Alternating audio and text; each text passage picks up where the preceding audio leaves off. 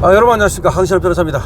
신종호 부장판사의 죽음을 두고서 여러가지 얘기가 나오고 있는데요, 내란 전담 지정이 판사 죽음 불렀나 라는 말이 나오고 있습니다.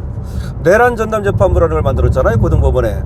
그런데 내란 전담 재판부를 만들면서 거기는 내란 전담이니까 다른 사건들, 그 재판부에서 하던 다른 사건들을 다 다른 데로 보낸 거야, 나눠서. 그런데 자기가 처음부터 해오던 사건은 쉽지만 남이 하던 사건, 이 고등법원 사건은요, 기록이 엄청 두꺼워요. 아무리 판사가 똑똑하다고 그러지만 그거 하나 안 하던 사건을 갖다가 한 개도 아니고 몇십 건씩 받아가지고서 처음부터 그걸 다 읽어보려고 생각해 보세요. 인간이 무슨 뭐 컴퓨터도 아니고. 미치는 거야, 이거. 미치는 거라고.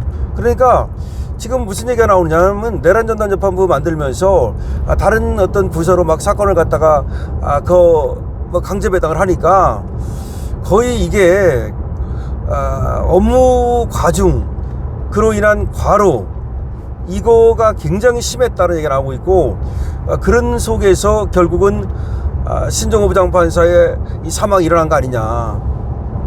유족 측이 119 신고했는데 그 녹취록을 보니까 이 서울고법주 사건들을 넘겨받아 가지고 극단 선택하던 당일, 그날이 어린이날 아닙니까? 그날도 출근을 했다는 겁니다. 쉬지 못하고 업무가 급증했고 과로에 시달린 정황이 나타나고 있다 라고 지금 보도가 나왔습니다. 아니 그렇겠습니까? 김건희 여사가 기소된 도이치모터스 주가 조작 사건 항소심 재판장을 맡았던 고 신종호 서울고법판사 유족이, 신종호 판사가 한두 달 동안 잠을 거의 못 자고 계속 일을 했다. 야, 참, 한두 달 동안 잠을 거의 못 자고 계속 일을 했다고 소방당국에 진술한 것으로 10일 알려졌습니다. 그때 이제 유족 측이 신고를 하면서 아마 소방당국에다가 설명을 했는가 봐요. 지금 안 들어오니까 이제 집에 밤에 12시가 되도록 안 들어오는 거예요. 그러니까 이제 아마 또 연락을 하니까 연락을 안 받는 거야. 아버지가 연락 안 받는 거 아닙니까? 남편이 연락을 안 받고. 그런데 왜 바로 그럼 소방당국에 신고를 했을까요? 뭔가 스치는 불길한감이 있지 않겠어? 아니, 예를 들어서 아버지가 뭐 전혀 문제 없을 것 같으면 뭐 늦게 들어오더라도 뭐 술 한잔 하고 늦게 들어올 수도 있고. 근데 이제 그런 사람이 아니고, 평상시에도. 근데 항상 일을 못해서 일 때문에 잠을 못 자니까, 일을 이게 다 해야 뭐 잠을 잘 거 아닙니까? 생각해 보세요. 이게 지금 판사들은요, 그리고 이게 딱딱 기일이 잡히면 또 준비를 해야 돼요. 판결문도 써야 되고, 그리고 또 계속해서 공판도 진행해야 되고, 판결문만 쓰는 게 아니라 사건 계속해서 그거 따라가면서 점검을 해야 될 거 아닙니까? 체크를 하고. 소방청이 국민의힘 소범수 의원실에 제출한 119 신고 녹취록을 보면, 심판사의 딸은 지난 6일 오전 12시 13분쯤 아빠가 원래 그러시는 분이 아닌데, 이게 중요합니다. 아빠가 원래 그러시는 분이 아닌데 연락이 너무 안 되고 집에 안 들어오신다. 이게 중요하네요. 아빠가 원래 그러시는 분이 아닌데 연락이 너무 안 되고 집에 안 들어오신다. 현재 위치라도 알 수 있겠느냐 라고 신고를 했다는 겁니다. 이에 소방 관계자는 자살 우려가 있는 거냐? 그렇게 물었겠죠. 아니면 무슨 사유가 있는 거냐? 라고 물었다는 겁니다. 왜냐면 안 들어온다고 바로 뭐 그렇게 뭐 출동하는 건 아니니까 물어봐야죠. 그러자 신 부장판사의 부인이 전화를 넘겨받았답니다. 그러면 설명을 한 거야, 이제. 설명을 해야 출동할 거 아닙니까? 남편이 지난주 000 항소심 땡땡땡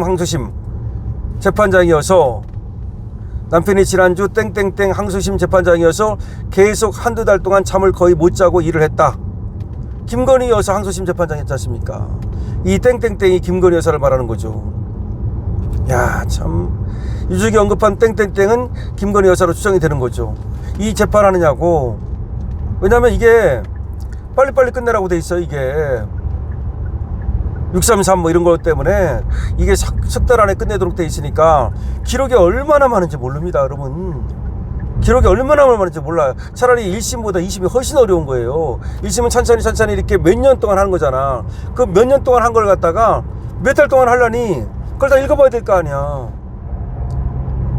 유족 측은 또 오늘도, 이날 어린이날이야, 오늘도 밀린 일이 많아 아침에 택시 타고 출근했다. 오늘도 밀린 일이 많아 아침에 택시 타고 출근했다. 그러니까 이 일이 어마어마하게 지금 친 거네. 심판사는 가족 신고 1시간이 안 된 6일 오전 1시쯤 서울 서초동 서울고법청사 5층 야외 테라스에서 숨진 채 발견이 됐습니다. 경찰은 심판사가 전날 오후 5시 5분 이후 옥상에 올라갔고 이후 추락해 숨진 것으로 보고 있습니다. 그럼 5일 오후 5시 5분이면 이제 하루 종일 일을 하다가 아침에 출근해서 일을 했을 거 아닙니까? 그러다가 이거 도저히 못하겠다고 생각을 했는지 옥상에 올라간 게 오후 5시 5분이랍니다. 심판사가 해당 이 사망일 입고 있던 옷에서는 유서가 나왔습니다. 유서에는 죄송하다, 스스로 떠난다는 내용이 담겨 있습니다. 왜냐하면 또 뭐 사인을 두고 말이 많을 수도 있으니까 죄송하다, 스스로 떠난다. 근데 뭐에 대해서 죄송하다, 이런 얘기가 지금 아직은 안 나오고 있습니다. 물론 따로 있는지 유서가 그건 모르겠습니다만은 뭐에 대해서 죄송하다. 심판사 유족은 신고 당시 심판사가 항상 하루에 2-3시간 단위로 꼭 연락을 했는데, 항상 2-3시간 단위로 꼭 문자로도 하고 전화도 하고 연락을 했는데 5시 이후부터 아예 카톡 확인을 안 한다. 확인도 안 한다. 아침에 택시 타고 내린 이후로 카드 사용 내역도 없다. 그럼 점심도 안 먹었다는 얘기네. 아침에 택시 타고 내린 이후로 카드 사용 내역도 없다고 했다는 겁니다. 당시 법원 당직 직원들도 심판사 사무실을 수색했지만 고인을 찾지 못했다고 합니다. 법원 안팎에서는 심판사가 최근 사회적 이목이 쏠린 사건들을 맡으면서 과로에 시달렸다는 말이 나옵니다. 심판사는 지난 2월 부패 사건을 전담하는 서울고법 형사 15-2부 재판장으로 부임했습니다. 같은 달 서울고법 형사 1부가 내란 전담 재판부로 지정되면서 형사 15부는 형사 1부가 재판 중이던 다른 사건들을 모두 넘겨받았습니다. 김건희 여사의 주가 조작 사건 항소심도 형사 1부가 맡았던 사건입니다. 그걸 맡아가지고 이쪽에서 이제 그래서 재판을 진행한 거죠. 근데 아까도 말씀드렸듯이 다른 데서 하던 걸 맡는 건 굉장히 부담이 가중되거든요. 기록이 막 몇만 페이지, 몇십만 페이지 이래요. 심판사는 지난달 28일 도이치모터스 주가 조작과 통일교 금품수수 혐의 등을 받는 김건희 여사에게 항소심에서 징역 4년에 벌금 5천만 원을 선고했는데요. 1심보다 징역이 1년 8개월이 늘어난 겁니다. 심판사는 문재인 정부 시절 국가안보실장을 지낸 정의용 씨와 국가정보원장을 지낸 서훈 씨 등이 피고인의 탈북 어민 강제북송 사건 이 재판도 맡았습니다. 그러니까 정의용 씨, 서훈 씨 이 재판도 맡아서 진행을 한 바 있습니다.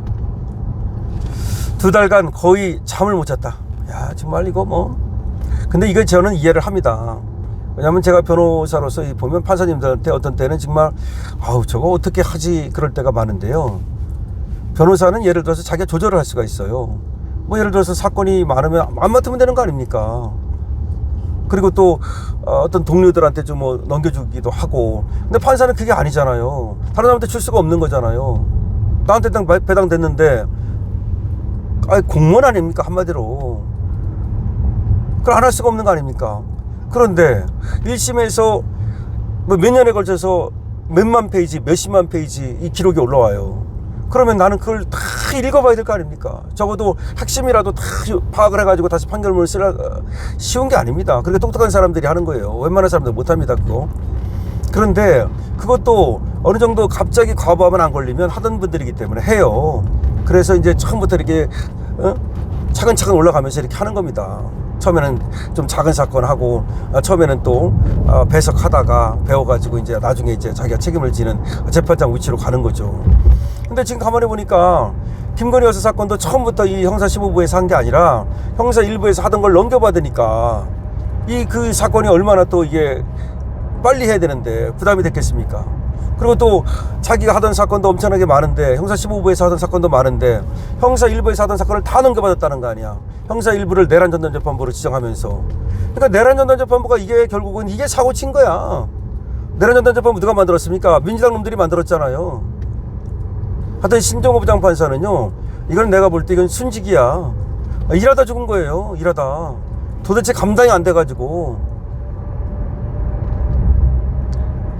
신종호 부장판사의 명복을 다시 한번 빌고, 유족들 얼마나 정말 통탄스럽겠습니까? 차라리 판사 옷 벗고 변호사 하시지, 이런 생각도 안 들겠습니까?